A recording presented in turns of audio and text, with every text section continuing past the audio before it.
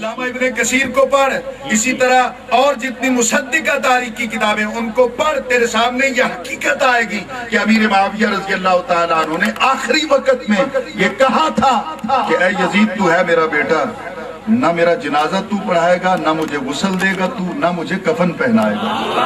انہوں نے آخری وصیت جو کی اس میں انہوں نے کہا تھا کہ جب مجھے غسل دے لیا جائے، کفن پہنا لیا جائے تو میرے پاس کچھ تبرکات ہیں۔ کون سے تبرکات ہیں؟ نبی علیہ السلام کے کٹے ہوئے ناخن ہیں۔ اچھا وہ کیا کریں؟ کہا میرے پاس کچھ بال بھی ہیں۔ وہ کیا کریں؟ کہا ناخنوں کے ٹکڑے میری زبان پہ رکھ دینا، وہ بال جو ہیں وہ میری آنکھوں پہ رکھ دینا۔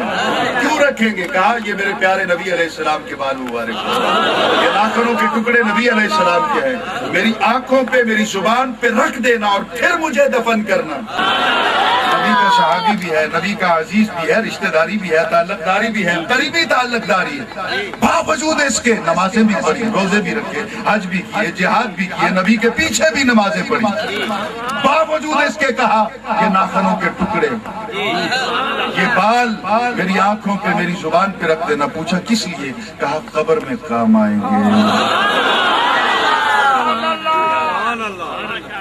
قبر میں بخشش کے لیے کام آئیں گے۔ اونچی آواز سے بولے قبر میں